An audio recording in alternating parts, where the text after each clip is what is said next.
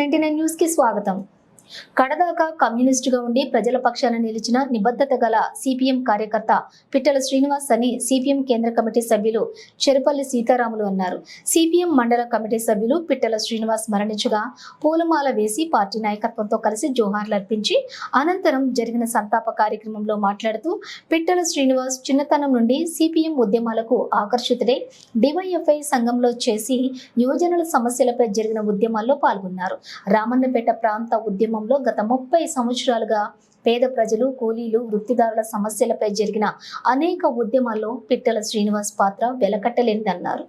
పార్టీలో ఏ బాధ్యత వచ్చినా నిస్వార్థంగా, నిజాయితీగా నిర్వర్తించేవాడు. అన్ని ప్రజా సంఘాలు నిర్వహించే కార్యక్రమాల్లో చురుకుగా పాల్గొని సమస్యల సాధనకే పాటుపడ్డాడు. కుటుంబ భారాన్ని మోస్తూ ప్రజల సమస్యలను తమ సమస్యగా భావించి ప్రజల కోసం పనిచేసిన పిట్టల శ్రీనివాస్ ఆశయ సాధన కోసం ఐక్యంగా ఉద్యమించాలని పిలుపునిచ్చారు.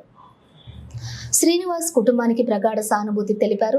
పిట్టల శ్రీనివాస్ మరణం పార్టీకి తీరని లోటు. సిపిఎం జిల్లా కార్యదర్శి ఎండి జహంగీర్ మాట్లాడుతూ సిపిఎం నిబద్ధత గల కార్యకర్త పిట్టల శ్రీనివాస్ మరణం పార్టీ ఉద్యమానికి తీరని లోటని సిపిఎం జిల్లా కార్యదర్శి ఎండి జహంగీర్ అన్నారు.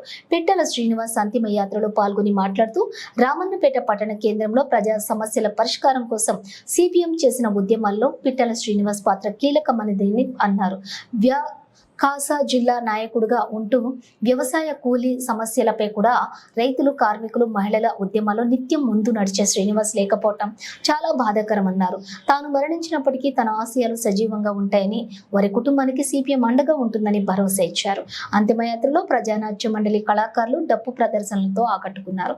పాటలతో జోహార్లు అర్పిస్తూ కడసారి కన్నీటి వీడ్కోలు పలికారు. ఈ కార్యక్రమంలో సిపిఎం రాష్ట్ర కమిటీ సభ్యులు, జిల్లా నాయకులు తదితరులు పాల్గొన్నారు.